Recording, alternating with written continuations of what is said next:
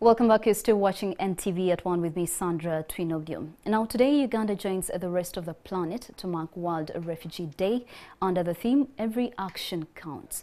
To help us discuss issues around World Refugee Day, we have Mr. James Odongo, and he is the Senior Program Manager with Care International Uganda. And we also know that this day comes at a time when the entire country is still fighting COVID-19, the deadly pandemic. Welcome to NTV at One. Thank you, Sandra. Good afternoon, viewers. Well, first and foremost, we know that Care International is interested in the vulnerable communities, of which the refugees also are part of it. Paint for us a picture of how COVID-19 has affected the refugees' welfare in general. Okay, thank you, Sandra. As a welfare introduction, I want to say that Care International is a humanitarian and development agency that fights global poverty with a focus on women and girls. We deliver our programs aiming at saving lives, defeating poverty, and seeking social justice. And in Uganda, we have a footprint in the refugee settlement and the host communities.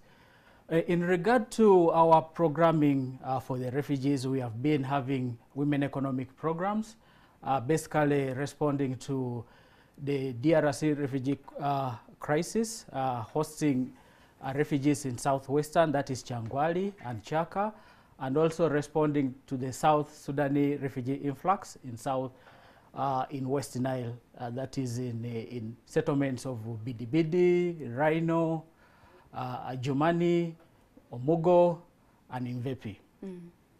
So what basically we would like to know how the COVID-19 pandemic has affected the refugees that are in your care. Okay, actually the COVID-19 has compounded the challenges that are faced by refugees.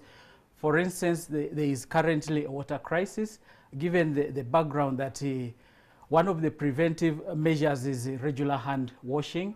And when you look at the severe standards, average water usage per refugee is 15 liters.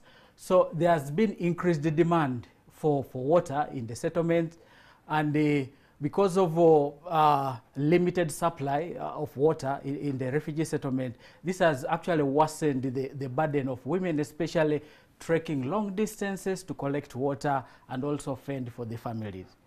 Okay, so currently what are some of the plans that you have in place to ensure that you keep them safe? You mentioned of water shortage, and we know they have to wash their hands, they have to sanitize, they have to maintain social distance. What are some of the plans that you have in place? Currently, Care International is basically doing a lot of awareness creation across all the refugee settlements that we work in Uganda, but also we have provisions for sanitizers, hand washing items like soap, to ensure that the refugees are safe. And we are working in collaboration with the Office of the Prime Minister, UNHCR, that is coordinating all the refugee response in Uganda. Let us now dive into some of their needs as we celebrate them today, as we look at the day as their day today. What are some of their needs currently? The biggest needs of the refugees is food.